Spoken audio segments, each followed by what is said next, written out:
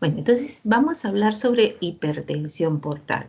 Y cuando hablamos sobre la hipertensión es un conjunto de signos y síntomas que están relacionados con la elevación del sistema venoso portal, ¿no? El incremento de esta presión del sistema venoso portal, ¿no? Y cuando hablamos de este incremento o elevación del sistema venoso portal de la presión, está determinado ante todo por el gradiente, una gradiente de presión, que es la diferencia entre la vena porta y la vena cava. Entonces, cualquier enfermedad a nivel del sistema portal que me genere esta diferencia de presión va a ocasionar la hipertensión portal, ¿no? O sea, no es una sola enfermedad, sino una serie de eventos que van a condicionar. Normalmente es de 1 a 5 esta gradiente de presión, unos 5 milímetros de mercurio. Pero cuando ya comienza su elevación, ya estamos hablando de ciertos grados de hipertensión portal, que no se va a manifestar clínicamente necesariamente, ¿no? O sea, el paciente puede estar haciendo una vida normal, no hay ni siquiera signos que nos pudiera orientar a este diagnóstico, ¿no? Entonces, en la expresión de las manifestaciones clínicas están por arriba de 10 milímetros de mercurio, ¿no? Entonces ya hay signos que de alguna manera el médico ya pudiera sospechar, pero nosotros no necesariamente tenemos que llegar a ese extremo, ¿no?, de la expresión, sino los antecedentes que involucra al paciente para que no llegue a este síndrome, porque muchos de los signos y síntomas de este síndrome son irreversibles, por lo tanto, ¿para qué llegar a este extremo reconocimiento? O sea, mediante las medidas preventivas deberíamos impedir que este proceso llegue a este estado, ¿no? Y cuando ya se eleva por arriba de 12 milímetros de mercurio, ya hay una expresión clínica bien manifiesta, inclusive ya viene por complicaciones como presencia de ascitis, hemorragia digestiva, etc., ¿no? También se manifiesta que la hipertensión portal es un incremento de la presión venosa esplénica abrupta mayor de 15 o crónica mayor de 15 milímetros de mercurio. Por ejemplo, una trombosis en la vena esplénica también me puede conllevar a una hipertensión, sí, ¿no? O un incremento de la presión de la vena porta mayor de 21 milímetros de mercurio. ¿En qué casos? También en caso de una trombosis cavernosa o la presencia de una complicación por una trombosis de la vena porta, que también se puede ver en pacientes cirróticos. Entonces, como vemos, esos son los 3 mecanismos en los cuales se pueden presentar en la presencia de este síndrome que es la hipertensión portal.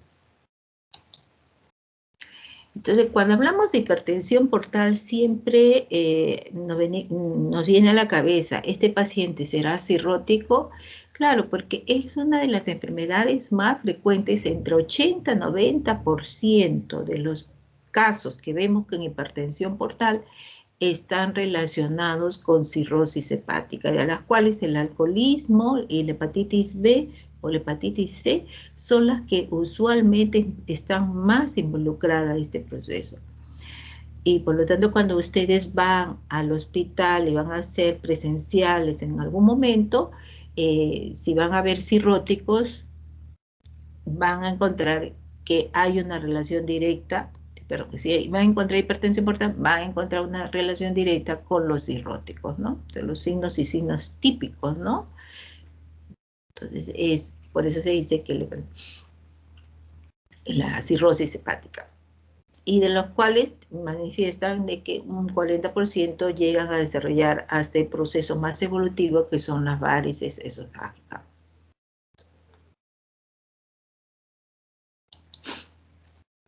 En cuanto a la etiología de la hipertensión, va a estar dependiente en dónde, en qué parte se produce este proceso, esta causa, ¿no?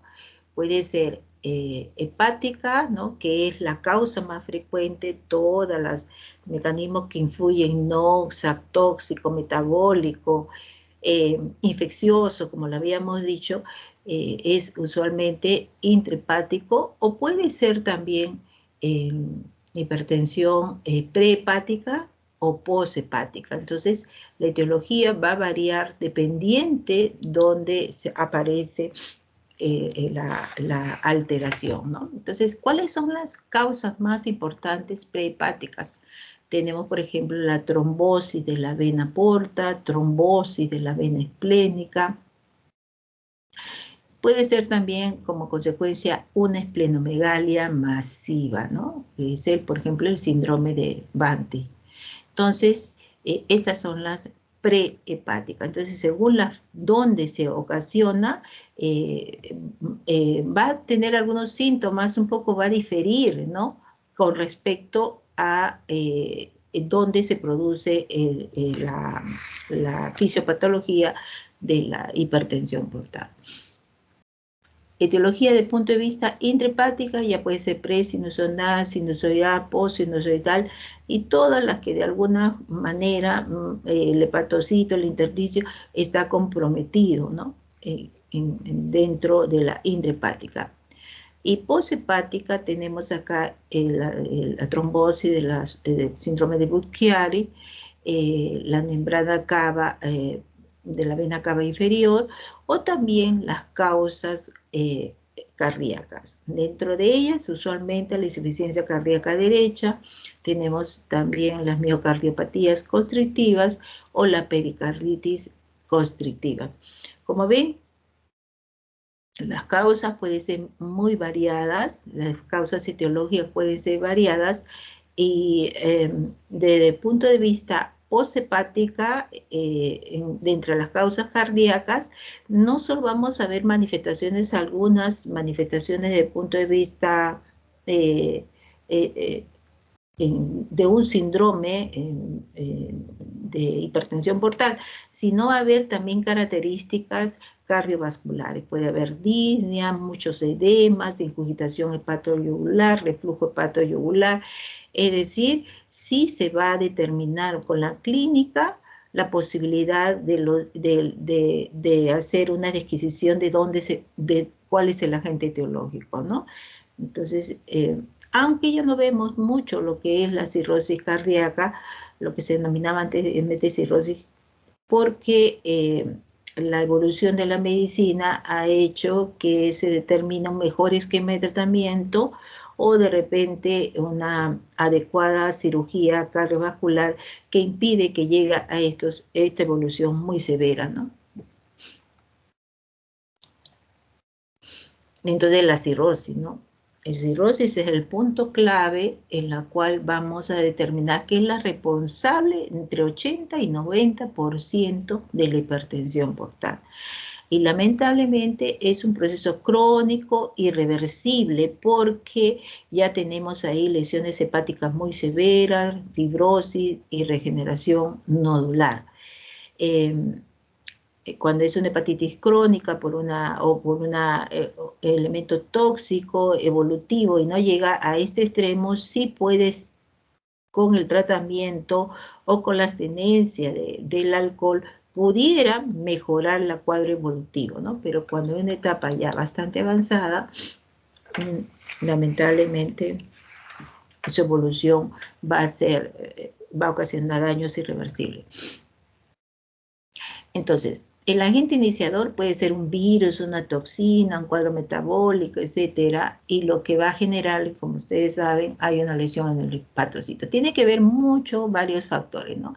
Las células estrelladas y la capacidad de fibrinogénesis, la disfunción endotelial, el proceso inflamatorio, liberación de citoquinas, y finalmente, lógicamente, hay lesiones que van a producirse a nivel del hígado por este agente iniciador, ya sea virus, toxina, etcétera, necrosis, apoptosis, inflamación, ¿no? Ahí comienzan los cambios, desde ahí comienzan este proceso, ¿no? Y como ven, pues hay un cambio de la estructura a nivel hepática muy importante, ¿no?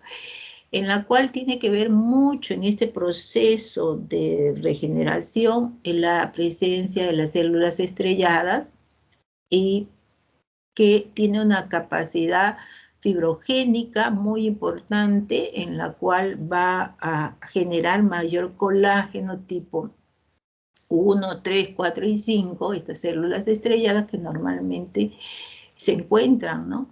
A nivel, a nivel del hígado, y que también va a inducir a producción de algunas citoquinas muy importantes con elementos proinflamatorios, ¿no? Entonces, es un activador muy importante esta célula. Entonces,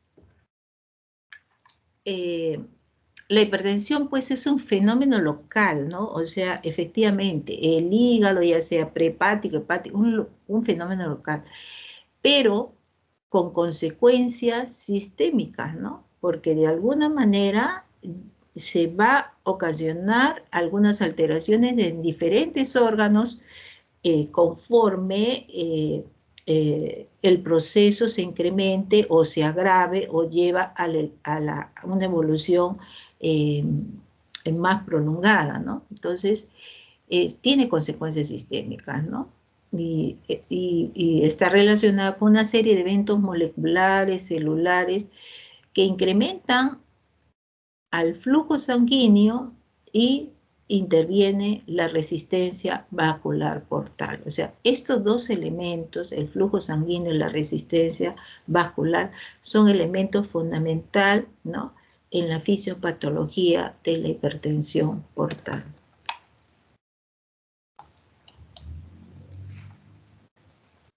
Entonces, la hipertensión se define como un incremento de la gradiente de la portal, ya habíamos dicho, de la presión portal, pero está relacionado esto ante todo con dos factores. La resistencia y el flujo sanguíneo, o sea, dos elementos muy importantes que intervienen en este proceso de la hipertensión portal. Al inicio del proceso, usualmente lo que se incrementa es el aumento de la resistencia vascular hepática, ¿no? Y posteriormente, como consecuencia, hay un aumento del flujo sanguíneo. Pero estos dos elementos son fundamentales para el aumento de la presión portal, ¿no?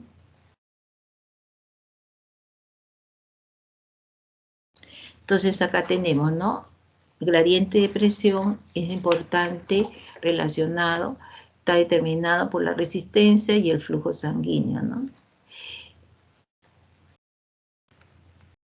Uno conlleva al otro o viceversa, el flujo es el que finalmente genera el aumento de resistencia. Pero la verdad, la mayoría de veces de hipertensión portal es el aumento de la resistencia, en vista de que la cirrosis hepática es la causa más frecuente. Usualmente la que primero se inicia es el aumento de la resistencia, ¿no? Aumento de la resistencia que conlleva finalmente el aumento del flujo.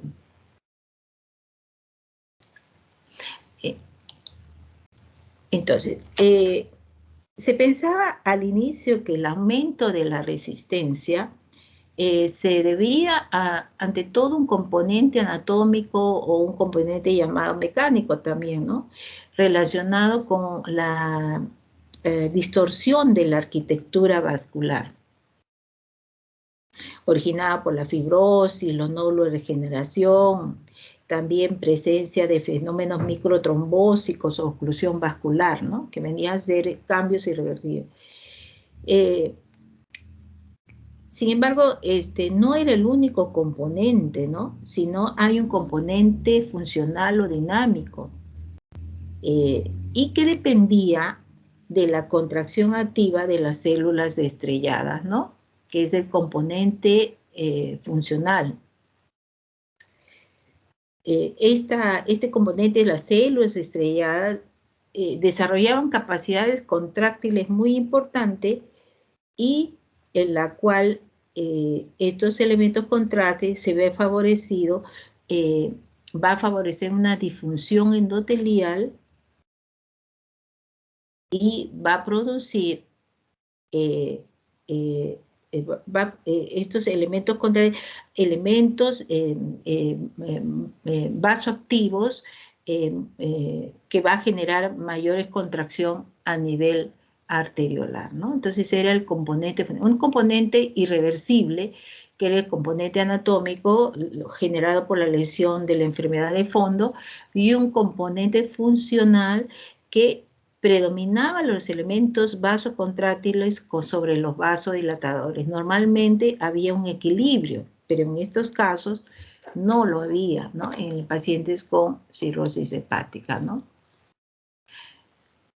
Entonces, predominando estos elementos vasoconstrictores, ¿no? Relacionados con incremento de la endotelina, los prostanoides, sobre los elementos vasodilatadores. Y mucho tenía que ver estas células estrelladas con su capacidad contráctil, ¿no? Y que generaba un aumento del tono vascular y secreción de estos vasoconstrictores, ¿no?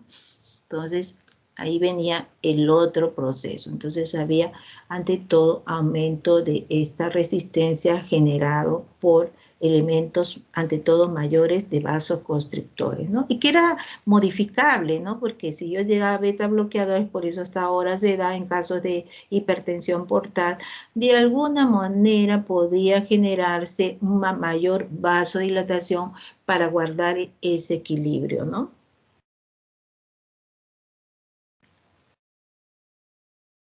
Entonces tenemos cuáles son los elementos que predominaban en este entonces, disminuyendo los agentes vasodilatadores como el óxido nítrico e incrementándose los elementos vasoconstrictores, ¿no? Había mucha insuficiencia de óxido nítrico, el principal vasodilatador, generándose mayor prostaglandina, trombosano, leukotrienos y endotelina, ¿no? Predominando como elementos vasoconstrictores. Entonces, el aumento de la presión portal determinaba la apertura y desarrollo de la extensa red de colaterales portosistémica, cuya finalidad era derivar una porción significativa del flujo esplánico hasta la circulación general, sin necesariamente pasar por el hígado. Entonces ellos se comportaba con consecuencias muy importantes, como por ejemplo la presencia de varices esofágicas, ¿no? Elementos también que iban a intervenir como complicación a largo plazo, ¿no? Por ejemplo, la presencia de chum portosistémico que podía permitir las bacterias o otros productos bacterianos que van del intestino alcancen a la circulación general, lo que favorecería la liberación de citocinas o mediadores de la inflamación y que generaban la presencia, la síntesis de óxido nítrico, y ahí venía una respuesta vasodilatadora sistémica, ¿no? Por algunos efectos generados por esta presencia de los chum portosistémicos, ¿no? Entonces, en esta etapa, ¿no? De la formación de esta colateral en estadios muy avanzados, hasta el 90% de este flujo portal puede circular hasta a través del sistema colaterales, ¿no? Y su desarrollo añade un factor de resistencia además dinámico, ¿no? Entonces, cómo de alguna manera generaba esta derivación. ¿no? Entonces, ya tenemos que el aumento del flujo está relacionado, finalmente, en relación, se deriva a través de las colaterales, pero además interactúa acá un proceso muy importante que es la de también un factor más, un estrés de rozamiento relacionado por este aumento de esta circulación y que va a condicionar algunos cambios en el organismo, como por ejemplo disminución de la presión arterial y de la disminución de la resistencia vascular, y por lo tanto el desarrollo de un aumento del gasto cardíaco, ¿no? Que posiblemente lo vamos a desarrollar. Entonces, ya habíamos dicho, el segundo factor es el aumento del flujo, ¿no? Y se va a desarrollar ante todo una vasodilatación esplénica y sistémica, ¿no? Como habíamos dicho, esta vasodilatación esplénica y sistémica va a ocasionar una disminución de la resistencia y por lo tanto va a haber un descenso de la presión arterial media, ¿no? Causa de esta vasodilatación sistémica está relacionado básicamente con el estrés de rozamiento, como ya les mencioné, la presencia de glucagón, ¿no? La presencia en relación básicamente a esta derivación del portosistémica que permitía la presencia de bacterias, ¿no? Este chum portosistémico permitía a las bacterias que alcancen a la circulación general, ¿no? por este chum y producía la liberación de algunas citocinas y finalmente promueve la síntesis de óxido nítrico. Entonces es un factor importante que generaba esta vasodilatación, ¿no? Una de las causas que producía esta vasodilatación. Entonces, vamos a tener por eso que la presión arterial media de estos pacientes de hipertensión portal usualmente están bastante disminuidas, ¿no? Es difícil encontrar un paciente que sea cirrótico con presiones arteriales elevadas, ¿no?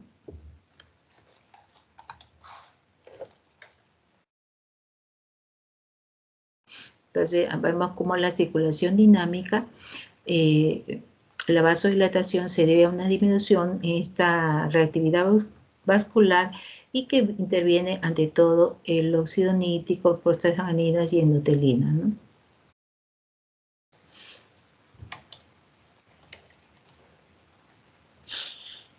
Entonces,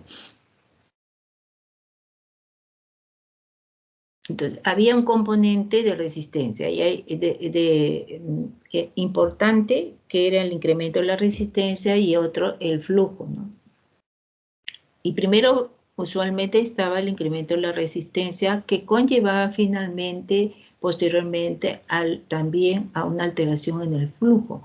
Y esto, como habíamos dicho, se presenta un síndrome de circulación hiperdinámica, que usualmente las manifestaciones clínicas tenemos como la presencia de presión arterial media disminuida, usualmente relacionado también con el pulso saltón, ¿no? Sí hay manifestaciones que se presentaban en estos pacientes, ¿no?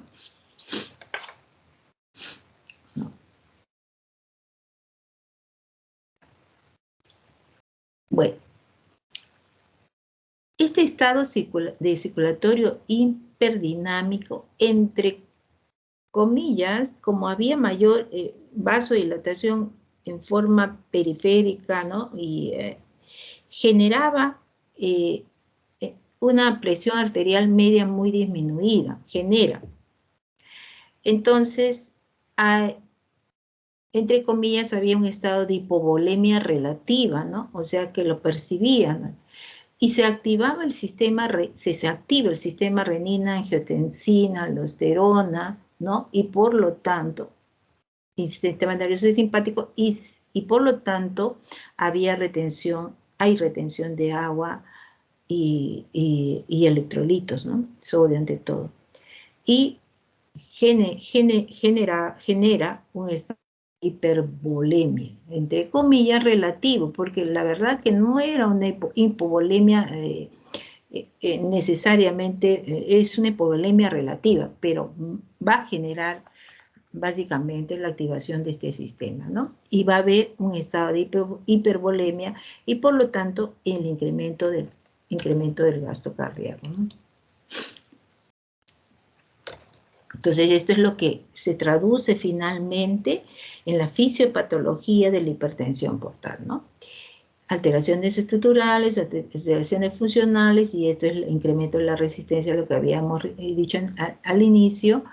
Y el otro elemento fundamental es el incremento del flujo, que se traduce por una vasodilatación esplénica. Hay una disminución del volumen por esa vasodilatación, pero es relativa realmente, pero activa el sistema, los sistemas vasoactivos, generando una retención de agua y electrolitos, mayor expansión de volumen, hay un estado de circulación hiperdinámica y por lo tanto se veía que el gasto cardíaco se incrementaba, ¿no? Finalmente, esto es un poco la fisiopatología que se ve en los pacientes con hipertensión portal, ¿no? O sea, no necesariamente el estado de hipoalbuminemia es la que retiene el agua y sodio, sino por esta vasodilatación usualmente esplénica y periférica que activa este sistema vasoactivo, ¿no? Activación del sistema vasoactivo, ¿no? O sea, son varios factores que intervienen en la presencia de los edemas, ¿no?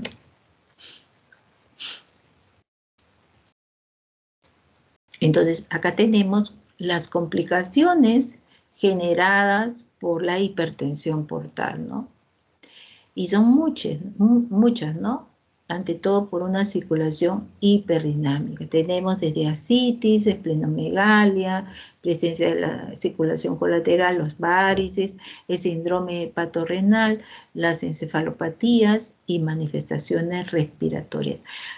Por eso se decía que es una serie de signos y síntomas, la hipertensión portal, que no solo son locales, sino son sistémicas, ¿no? Que ocasionan diferentes síntomas en diferentes órganos del sistema, pero como consecuencia de esta hipertensión portal. No. Entonces, cómo se abren las colaterales y las manifestaciones clínicas de las dependientes del grado y severidad de las varices esofágicas o de las varices gástricas, y conforme incrementa más esta gradiente de presión, vamos a tener mayores posibilidades de estas complicaciones, ¿no? Que es una de las causas de fallecimiento por un shock hipovolémico y si no se actúa, ¿no? Adecuadamente, ¿no? Manifestaciones clínicas son similares a lo que se ve en pacientes con cirróticos, ¿no? Puede haber ictericia, eritema palmar, angiomas de araña, ¿no? Presencia de hiperplasia de las glándulas parótidas, acropaquia, pérdida de masa muscular, edemas, ginecomastia, disminución del vello axilar, atrofia testicular. Ante todo, estas atrofias por aumento de estrógeno periférico y la reducción de aclaramiento de precursor androstenediona, ¿no? Que usualmente estas hormonas se producen a nivel del hígado, ¿no? Entonces, hay una serie de cambios inevitables, ¿no? En el organismo, dependiente pues de dónde se produce también la lesión, se inicia esta hipertensión portal, ¿no?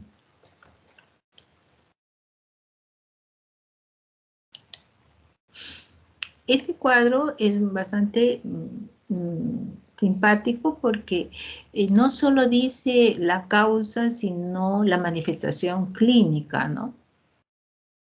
Por ejemplo, en el caso del paciente con ginecomastia, porque los varones pueden venir con ginecomastia, está relacionado a aumento de la concentración de FSH y LH, ¿no?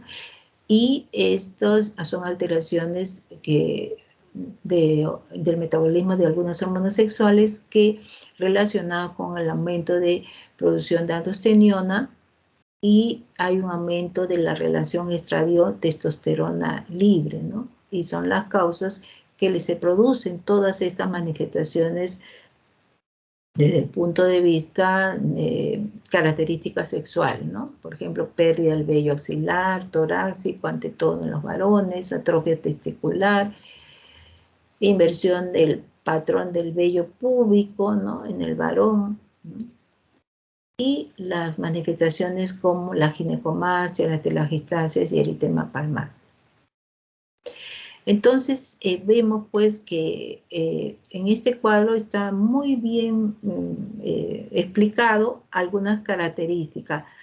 Por ejemplo, los edemas y ascitis está relacionado con la hipoalbuminemia, pero no es la única causa, ¿no? Sino por un estado hiperdinámico también, no necesariamente, porque hay pacientes que son cirróticos en un estadio inicial y tienen buenas proteínas todavía porque ingieren bastante bien y ya están con edema, ¿no? Entonces, los mecanismos pueden ser no necesariamente por hipoalbuminemia, sino por estado hiperdinámico.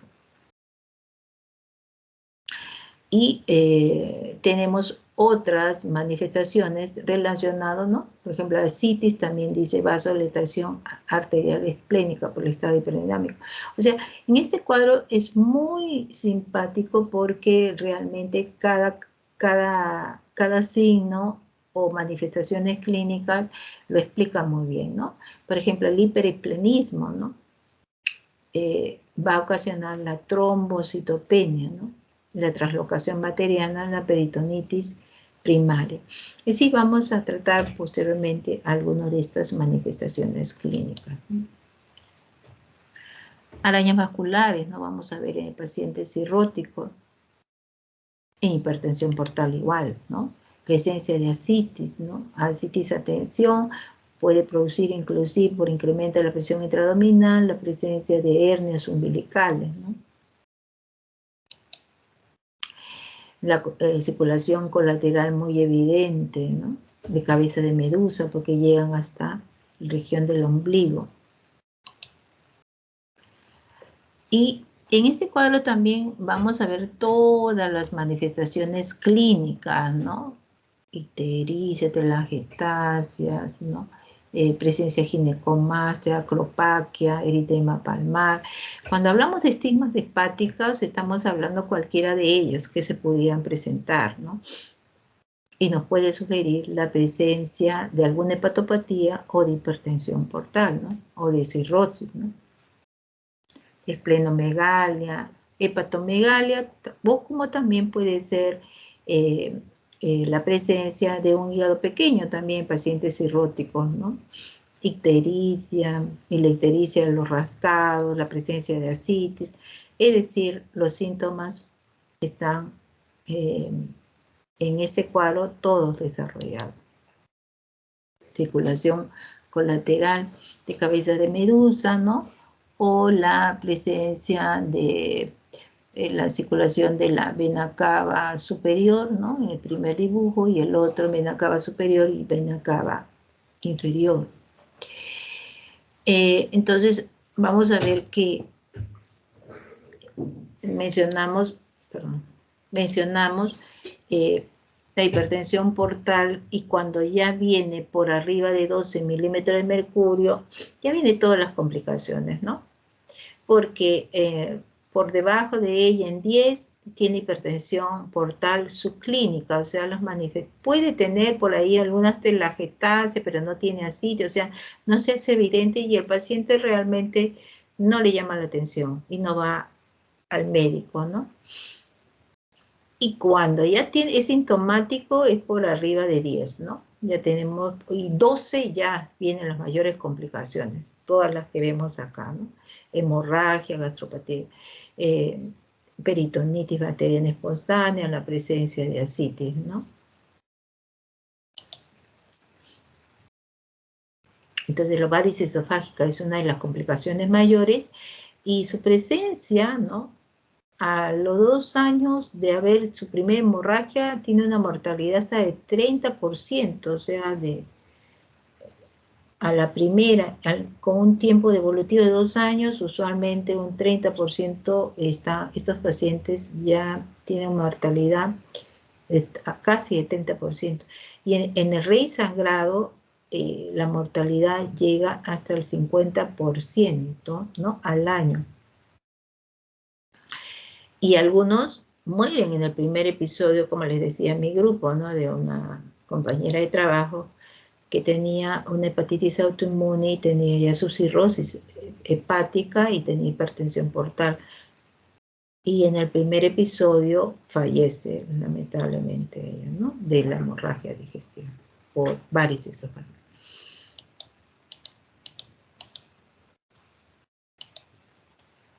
Bueno, es lo mismo, ¿no?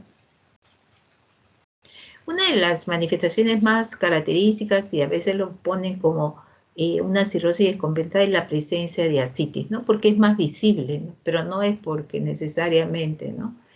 Es, y ya cuando vemos pacientes con ascitis, ya van a venir otras complicaciones posteriores más rápidamente, ¿no? Como la insuficiencia renal. Ya estamos frente a un cuadro más severo, ¿no?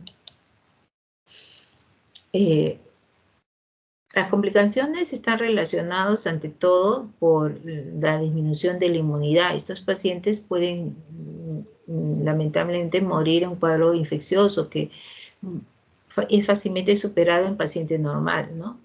Disminución de metabolismo de muchas sustancias tóxicas, o también sirve como órgano de detoxicación, pero no cumple esta función, ¿no?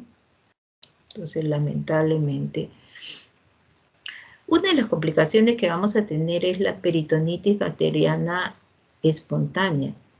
Ahí vemos varias causas. Es un sobrecrecimiento porque hay alteraciones en la motilidad intestinal, ¿no? Y esto va a producir un sobrecrecimiento de la flora normal a nivel intestinal, ¿no? Un sobrecrecimiento.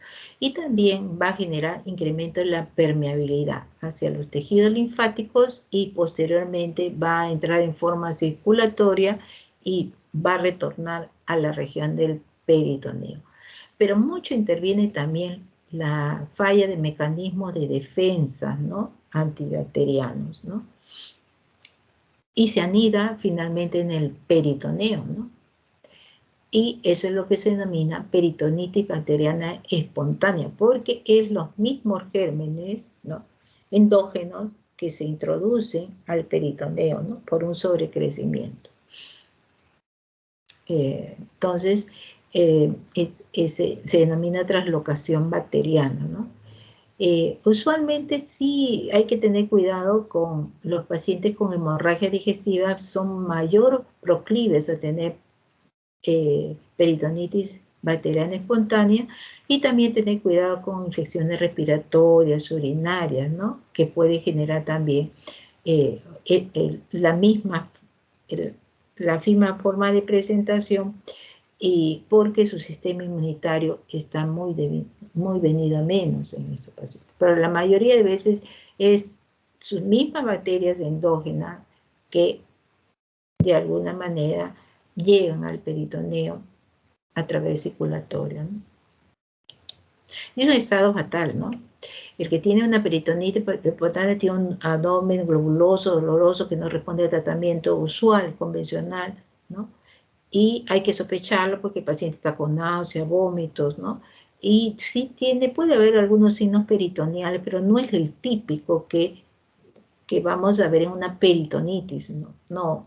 No hay tanto dolor. Hay dolor, pero no hay puntos exquisitos peritoneales. Y también el tratamiento es médico, no es un tratamiento quirúrgico, ¿no?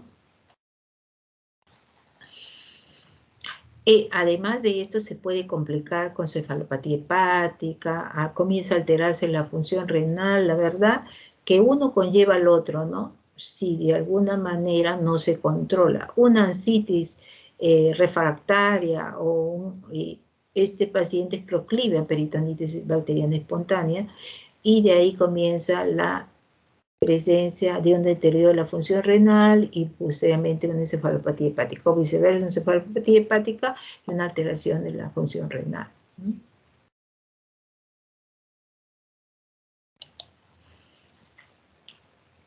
Después tenemos el paciente que tiene una insuficiencia renal relacionado con la hipertensión portal, ¿no? Entonces, ¿qué es lo que es una complicación bastante frecuente, ¿no? En una cirrosis avanzada y en relación con una ascitis refractaria. O sea, cuando hay una ascitis que no responde al tratamiento, es más proclive a esta etapa bastante avanzada de la enfermedad y casi irreversible, ¿no? Llega. En el caso de por qué se llega a insuficiencia renal, porque usualmente ya habíamos dicho que hay una vasodilatación esplénica, pero va a generar un infrallenado del comportamiento vascular, como lo habíamos mencionado en la fisiopatología, y se va a activar el sistema simpático, el eje renina, angiotensina, la vasopresina, ¿no? Y el sistema nervioso simpático, la norepinefrina. Y esto va a ser elemento fundamental para una vasoconstricción de la arteriola renal, ¿no? Y no se puede desbloquear, ¿no? Lamentablemente, ¿no? Entonces, esta vasoconstricción arteriolar renal va a ocasionar que estos elementos vasoconstrictores, como son la endotelina, adenosina, angiotensina 2, generen la insuficiencia renal, ¿no? Entonces hay una vasoconstricción muy importante, ¿no?, de las arterias corticales renales, ¿no?, generando una reducción de la tasa de filtración glomerular, ¿no?, oliguria, ¿no? Este es un estadio bastante avanzado porque es irreversible por más que uno trate de desbloquear estos elementos. O sea, esto significa de que no hay cambios estructurales importantes, pero sí una vasoconstricción sostenida, que no hay forma de, ¿no?, lamentablemente, ¿no? Por eso, en esta etapa es bastante avanzada. El paciente o ya está con complicación, una hemorragia gastrointestinal o una peritonitis bacteriana espontánea y ya está en una sepsis por una peritonitis. Es un estadio muy avanzado y por lo tanto no es muy fácilmente revertir, no se revierte. Con diálisis se da un tratamiento bueno para mejorar la función, la filtración glomerular, pero no se revierte, ¿no? Como les digo, hay dos tipos, uno muy precipitado, el tipo 1, que es más grave, ¿no?, muy agudo de presentación. El tipo 2 usualmente es más lento, de meses, pero igual la supervivencia es muy baja, ¿no? El tipo 1 solo días y el tipo 2 meses, ¿no? Pero no logra superar usualmente este proceso. Y tenemos el otro proceso que es el síndrome hepatorrenal, ¿no? Y acá lo que se produce también es producto de, hay una vasodilatación, ¿no?, importante del lecho arteriolo-capilar pulmonar, ¿no? Hay anastomosis arteriovenoso en las zonas de más declive del pulmón con un efecto de shunt derecha e izquierda, ¿no? van a producir alteración de la ventilación, perfusión, reducción de la capacidad de difusión, finalmente un estado de hipoxemia, ¿no? O sea, antes no se hablaba de, pues, el paciente usualmente está un poco disneico, el paciente en un estadio avanzado también de la hipertensión portal, ¿no? O sea, y las presiones de oxígeno pueden variar entre 60 y 70 milímetros, o sea, muy reducido, en una etapa bastante avanzada, ¿no? Puede haber dos signos importantes, la ortodoxia, ¿no? Descenso de la presión arterial de oxígeno mayor al 10% al incorporarse en posición de cúbito, como la platipnia, ¿no? Que también es acortamiento de los movimientos respiratorios al adoptar la posición de cúbito o semisentado, ¿no? El paciente va a aumentar esa disnea, ¿no? De dificultad respiratoria. Entonces el paciente puede terminar finalmente con cianosis, presencia de acropaquia, hay que buscarlo también esos signos de síndrome hepatorrenal. Y también pues hay alteraciones de neuropsiquiátricas, ¿no? En este caso sí pueden ser en algunos casos reversibles, dependiente de cuáles son las causas que hayan producido este fenómeno, ¿no? De repente ingesta de exceso de proteínas, ingesta de sustancias, las benzodiazepinas, ¿no? Que pudieran acrecentar esta encefalopatía hepática, ¿no? O hacerse presente, perdón, la encefalopatía hepática, ¿no? Entonces, como sabemos, ¿no? En las colaterales transportan una serie de metabolismos que en condiciones normales deben pasar por el hígado, pero como no pueden pasar estos ante todos ácidos grasos de cadena corta, como la presencia de amonio, van a pasar directamente al sistema nervioso central. O sea, no llegan y no se desintoxican a nivel del hígado, ¿no? Por lo tanto, esto va a generar una serie de manifestaciones neurológicas, ante todo por la presencia de la presencia del amonio, ¿no? Sustancias amoníacales que no se desintoxican a nivel del hígado, ¿no? Y puede haber cambios muy simples a cambios muy severos, ¿no? Por ejemplo, en estadio 1, ¿no? Solo alteraciones de la concentración, ¿no? O puede haber irritabilidad o depresión. Y que no usualmente la familia dice, está molesto, para renegando, no, no se da cuenta, ¿no? Y puede haber, sí, flapping, ¿no? Movimientos involuntarios o asterixis en el tremor en la estadio 1, ¿no? O sea, el paciente usualmente se ve en las manos, ¿no? Que usualmente es más tembloroso. En el estadio 2 está más somnoliento y puede haber asterexis, ¿no? Es un temblor fino en las manos, ¿no? Y que a los movimientos, al llevarlo hacia atrás, va a haber como un balanceo de la mano hacia adelante, ¿no? A eso se llama flapping, ¿no? Que desaparece en el estadio 3 y en el estadio 4, ¿no? Pero ya en el estadio 3 hay un estado de confusión, desorientación, y en el estadio 4 puede estar en estupor y coma, ¿no?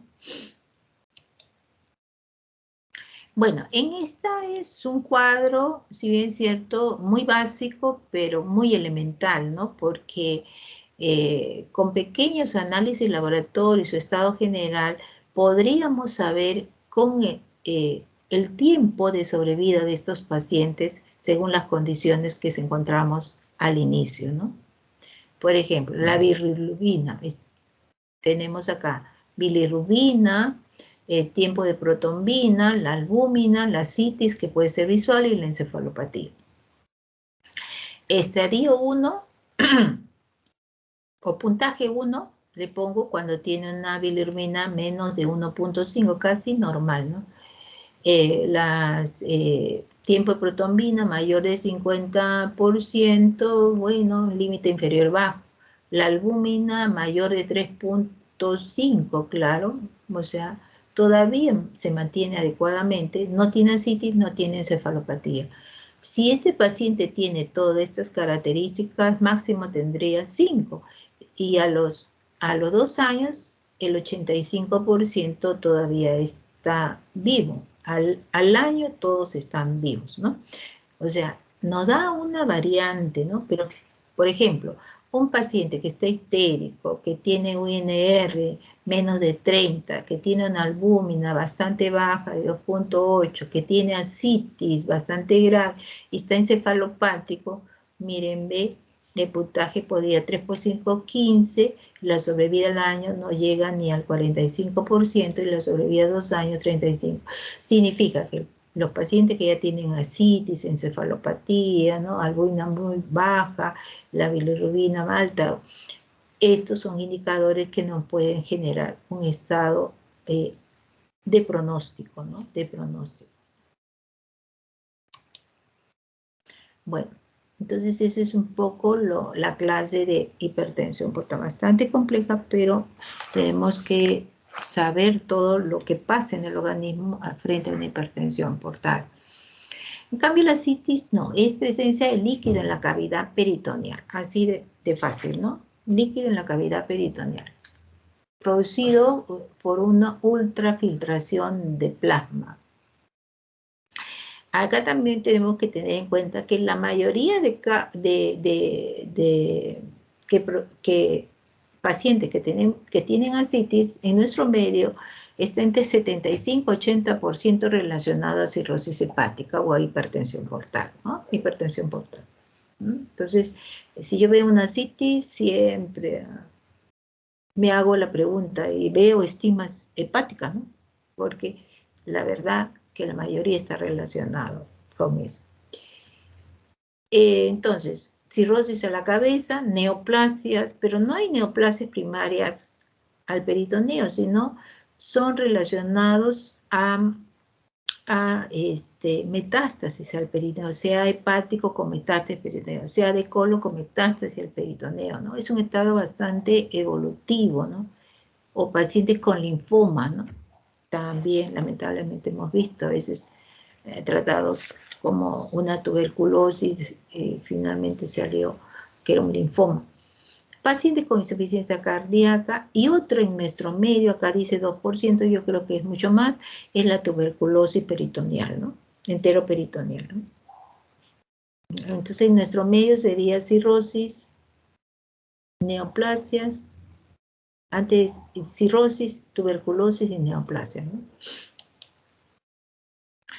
Hay varias causas sobre que se producen la ascitis, ¿no? La sobrecarga, desbalance linfático o la clásica, ¿no? La clásica hay disminución de la presión osmótica, mayor de producción linfática y por lo tanto el sistema renina, angiotensina, aldosterona interviene y va a haber retención de sodio y agua, ¿no? Y la formación de edemas y ascitis, ¿no? Líquido ascitis, retención. Otra sobre una teoría de sobrecarga, ¿no? Retención de sodio y agua que podría ser, por ejemplo, en pacientes con insuficiencia cardíaca, ¿no? Derecha, o pacientes también con hipertensión portal, pero también tendríamos ahí este desbalance de la presión oncótica que va de toda manera a activar el sistema renina, angiotensina, aldosterona. Entonces, también va a haber aumento del volumen extracelular. O sea, muchas de las teorías también inclusive están superpuestas, ¿no? Y otra es desbalance linfático, ¿no? En casos, por ejemplo, de aumento de producción de linfa que sobrepasa la capacidad de reabsorción del peritoneo, por ejemplo, en casos de procesos inflamatorios de neoplasias, ¿no?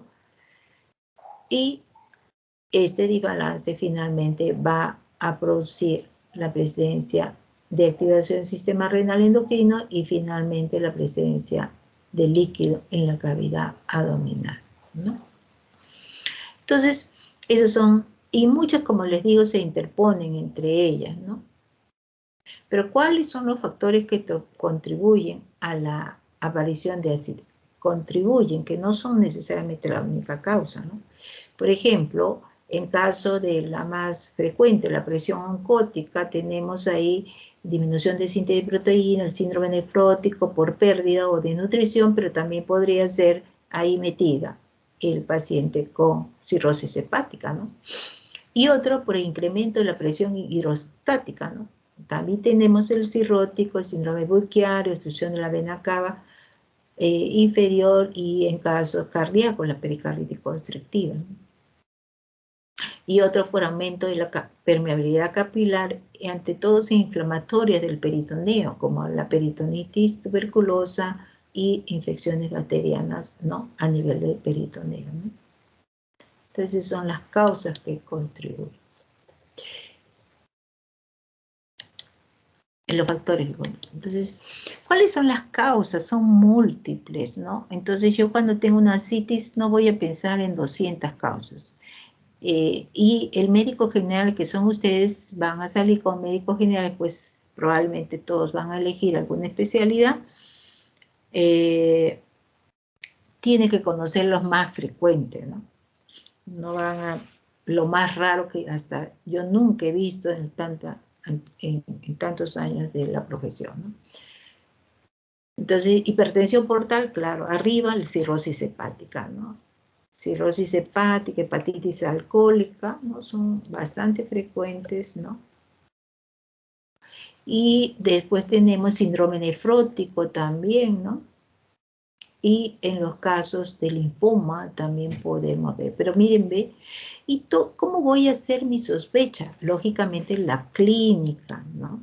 Mi historia clínica es la que me va a fundamentar mi impresión diagnóstica. Otras causas tenemos infecciosas, la tuberculosis en nuestros medios, ¿no? Es otra de las que tenemos que sospechar. Si tiene fiebre, decaimiento, base epidemiológica familiar con tuberculosis, yo ya tengo que... Neoplasias igualmente, ¿no? Antecedentes, si tiene cáncer de estómago o si tiene antecedentes familiares, ¿no? Entonces yo tengo que buscarlo. Entonces, es muchas las causas que me pueden producir, ¿no? Enfermedades de presencia de ascitis, ¿no? Pero todo va a depender de mi anamnesis, ¿no? ¿Qué enfermedades, qué antecedentes familiares tengo, ¿no? Hepatopatías, alcoholismo, si tiene hepatitis A virus C, ¿no? Ha tenido tuberculosis, ¿no? Transfusiones sanguíneas, porque el paciente no sabía que tenía hepatitis A virus B, ¿no? Con C. Entonces, los antecedentes personales y factores de riesgo muy importantes de parahepatopatía, sí preguntarle a todos los pacientes, ¿no? ¿Usted es adicto a drogas? Sí, muy bien. Una cruz le pone, muy bien. ¿Pero qué droga es? No le pregunta. ¿Por qué vía se pone? Tampoco pregunta, ¿no? Son tan escuetas muchas veces las historias que no son claras, no nos llevan a ninguna. Entonces, por favor, hagan una historia bastante precisa, ¿no? Antecedentes patológicos también, qué enfermedades tiene, ¿no? Y cómo han sido sus síntomas actuales, tiempo de evolución, dolor abdominal, si ha tenido fiebre, ¿no? Si ha tenido diarrea también, ¿no? Porque de repente es una TBC enteroperitoneal. Entonces tenemos que pedirle muchos síntomas que nos pueden ayudar a definir el diagnóstico, ¿no? Y los síntomas van a depender de la causa, ¿no? Anorexia, si hay una distensión abdominal muy, muy importante, puede presentar hasta disnea, disconfort abdominal. Lo usual es la distensión abdominal, ¿no? Pero nosotros tenemos que buscar otros síntomas que me pudieran relacionar a la enfermedad de fondo,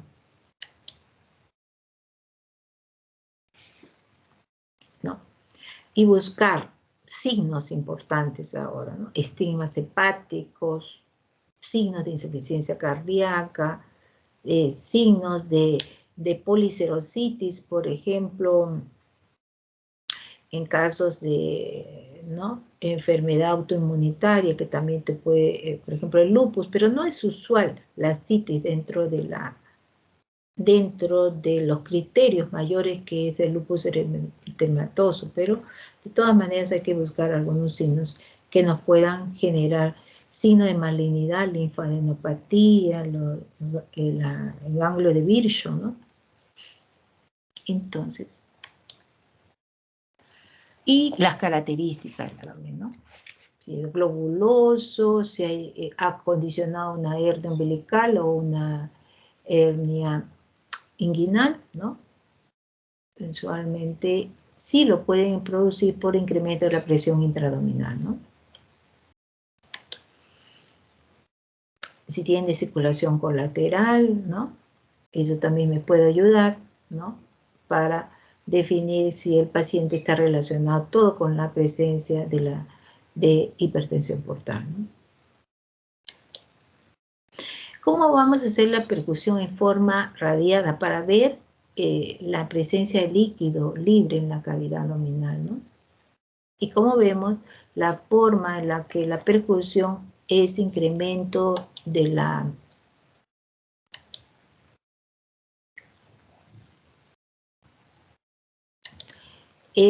la matidez en los flancos, ¿no? Toda esta parte de acá va a ser mate, ¿no? Siguiendo una curva parabólica hacia abajo, ¿no? Entonces es matidez. Si yo encuentro todo lo contrario, ¿no? Hacia arriba, ¿no? Es una tumoración gigante, es mate, ¿no? Pero miren, las curvas son diferentes, ¿no? Eso significa que la percusión es un elemento fundamental para nosotros los clínicos definir, ¿no? La distensión puede ser la misma, pero la forma, la matidez es la que la percusión me puede definir, ¿no? Las características de esa gran distensión, ¿no? Porque pueden ser asas intestinales de repente aglutinadas y me genera acá una zona timpánica y redonda, y es redonda, ¿no? O de repente un quiste gigante, ¿no? Hidático, ¿no? Eso he visto, a veces se ven, ¿no? O un tremendo fibroma uterino, a veces sí, hemos visto enorme, de 8 kilos, ¿no? Y la forma, la distensión y la matidez va a ser diferente, ¿no? Entonces, la matidez pues se va a desplazar hacia abajo, ¿no? Y la zona de declive, ¿no? Y las vísceras se van hacia arriba, ¿no? Pero conforme la citis se va incrementando, puede generar también cambios y a veces confusiones, ¿no? Pero el paciente además va a tener mayor dificultad respiratoria porque se llena, ¿no? Y esta línea tan profunda, ¿no? Esta matidez en media luna, nunca llega a ser tan horizontal, ¿no? Pero sí puede confundir, ¿no? Pero el paciente ya ni soporta estar echado, tiene que estar semisentado, con mucho disconfort, ¿no? Pero sí puede generar a veces, e inclusive la matidez desplazada ya no se ve porque prácticamente todo es líquido, ¿no? Entonces es muy difícil a veces en algunos casos. Y cómo se ve el líquido que se desplaza hacia abajo, ¿no? Es lo mismo, ¿no? Se desplaza cuando se echa en forma lateral, ¿no? Esta es la matidez, este es lo que se desplaza, el líquido libre en la cavidad.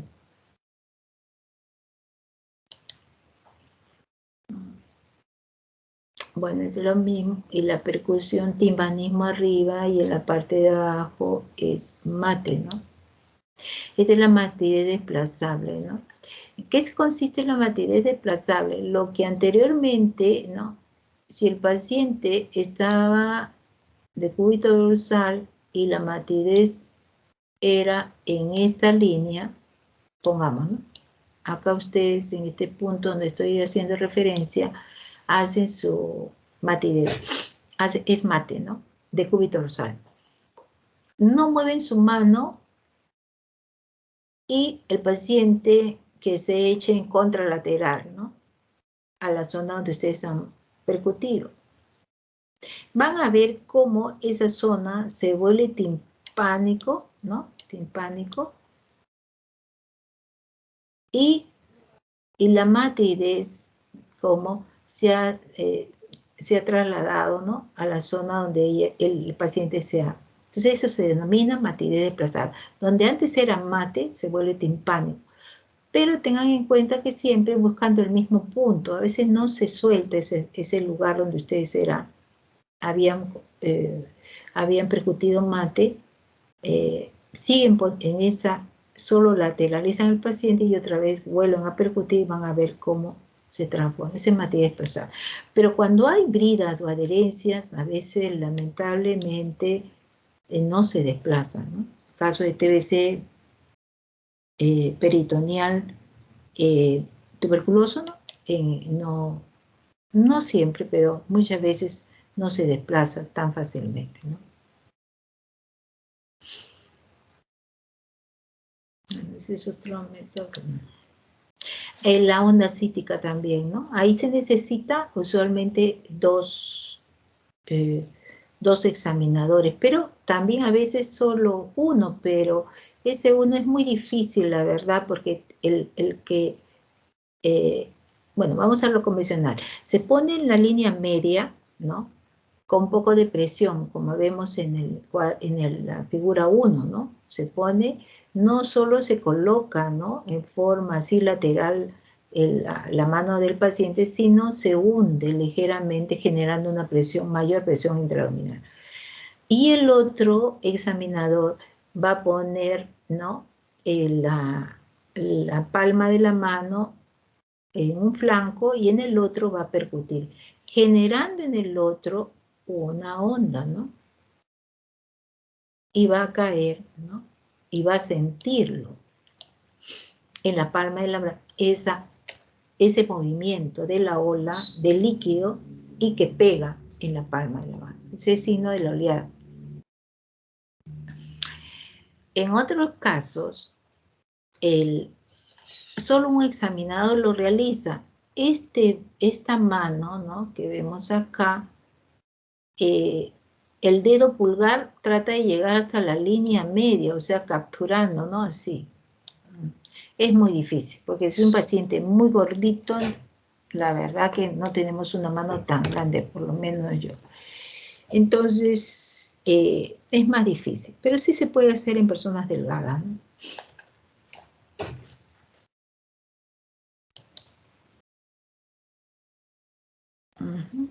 La misma la onda cítica. Bueno, es lo que habíamos dicho, que hay ascitis tabicada, ¿no? Que a veces cuadraditos que son bien mate y cuadraditos que los sonidos pueden variar. Pero ante todo esa peritonitis tabicada es más difícil de hacer paracentesis, ¿no? No. Tenemos que buscar una guía ecográfica.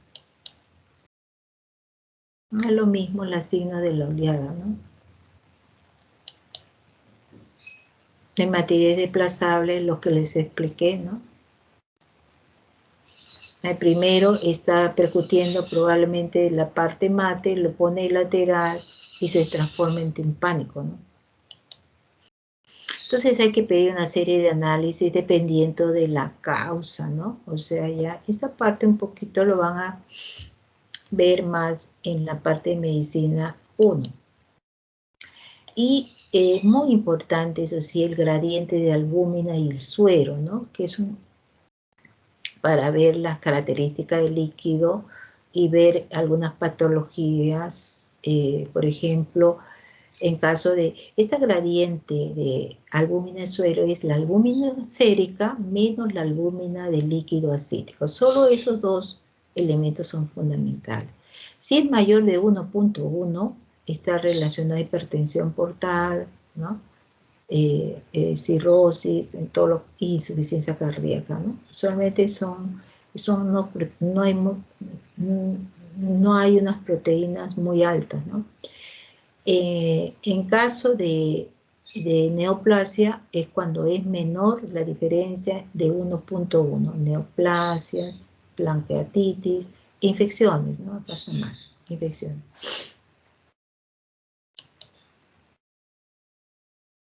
Bueno, y no valemos también de otras pruebas, ¿no? De deshidrogenasa láctica, la relación de proteínas del líquido acítico sobre las proteínas del suero, menos de 0.5 es un transudado, mayor de 0.5 es un sexudado. Y según estas características que vemos, ya también podemos hacer subdividir si puede estar relacionado a algunas enfermedades, por ejemplo, trasudado, insuficiencia cardíaca, cirrosis, síndrome bronquial. En cambio, si es un exudado, si hay mayor densidad de proteínas, neoplasias, tuberculosis, ascitis pancreática, ¿no? Nos va a ayudar indudablemente estos valores, ¿no? La deshidrogenasa láctica y bueno, ahí es para ver un poco las características a veces macroscópicas que vemos en los pacientes con ascitis, ¿no? Rojo pajizo, por ejemplo, vemos en algunos casos relacionados a neoplasias, ¿no? Cuando vemos cero hemático, casi siempre sin ayuda muchas veces de algunas otras pruebas, nuestra sospecha principal es una carcinomatosis. Si es turbio y es un poco transparente y el líquido muy denso, usualmente es infecciosa, ¿no? Peritonitis piógena. Y la peritonitis por tuberculosis usualmente es de característica citrina. Es un amarillo como palillo, ¿no? Así más o menos, de ese color. Y los trasudados de la cirrosis con insuficiencia cardíaca usualmente es un líquido amarillo, pero muy claro, ¿no? Y poco denso, ¿no? Si yo tengo un paciente con hipertensión portal, pero no sospecho de una peritonitis bacteriana espontánea, la verdad que insuficiencia cardíaca igual, no necesariamente requiere una paracentesis diagnóstica, ¿no? O sea que no en todos los casos de pacientes con ascitis vamos a hacer paracentesis, ¿no? Solo cuando pensamos que hay alguna complicación. Por ejemplo, en pacientes con sospechamos que tiene una peritonitis bacteriana espontánea, ¿no? Es cirrótico. Pero de por sí no hacemos tratamiento médico, ¿no?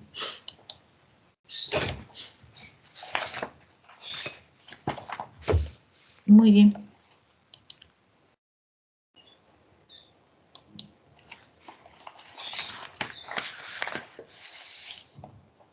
Bien.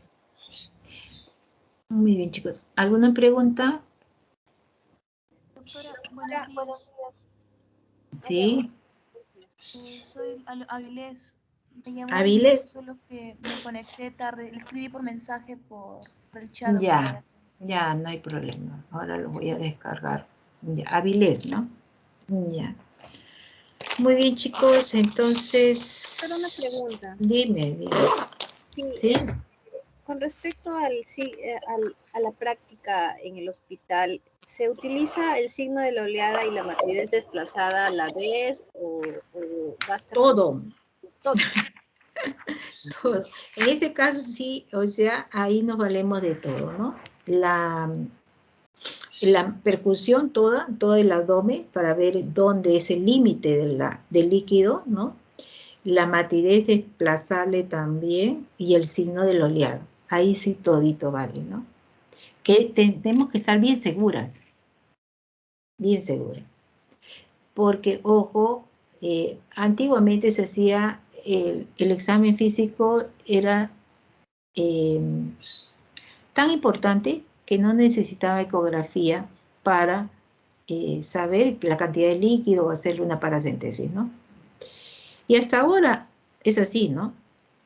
Solo hacemos la ecografía para saber líquido cuando tenemos duda o cuando nos falló, sabíamos que había líquido por las características que habíamos hecho el examen físico y sacaron pequeñas cantidades no suficientes para hacer nuestro diagnóstico, ¿no?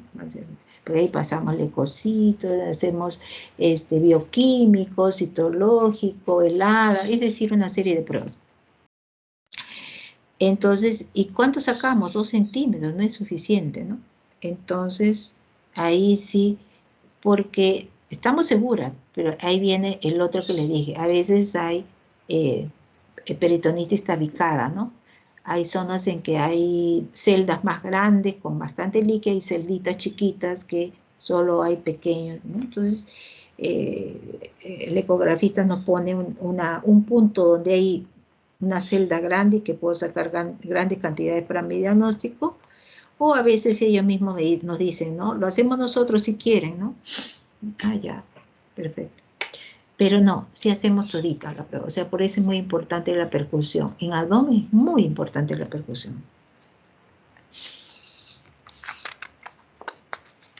Gracias, doctora.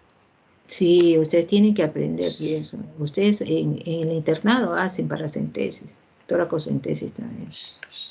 Claro, con su tutor al lado, residente al lado, ¿no? Pero tienen que aprender. Muy bien, dime. ¿Sí? ¿Sí? Pregunta. Una insuficiencia cardíaca puede llevar a una cirrosis hepática.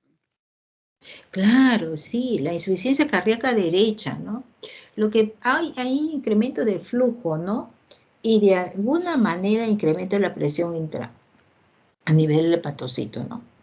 Por eso, ahorita ya no se ve esa patogenia, pero bueno, hace 4 décadas o 5, en que algunas cardiopatías, algunas endocardiopatías, ¿no? Lesiones valvulares, ¿no? Por ejemplo, la doble lesión mitral, ¿no? Insuficiencia mitral y estenosis mitral, ¿no? Que generaban una insuficiencia retrógrada, insuficiencia tricúspide. Este paciente, la verdad, su expectativa de vida era menor, ¿no? Entonces, terminaba haciendo insuficiencia cardíaca derecha. Y con consiguiente, también una cirrosis cardíaca, ¿no? Gran hepatomegalia, dolor, o sea, realmente ahorita ya no vemos esta forma evolutiva de estas enfermedades no cardíacas, porque rápidamente son diagnosticadas e intervenidas con el reemplazo de la válvula cardíaca dañada, ¿no? Pero antiguamente sí veíamos todas las formas, ¿no? Ahorita no, ¿no? Esa es la ciencia, la medicina también, cómo ha avanzado la ciencia, pero sí puede producir, por incremento del flujo ante todo. Muy bien, chicos, nos vemos. ¿Alguna pregunta? Buen examen, nos vemos la próxima. Con mi grupo nos vemos después.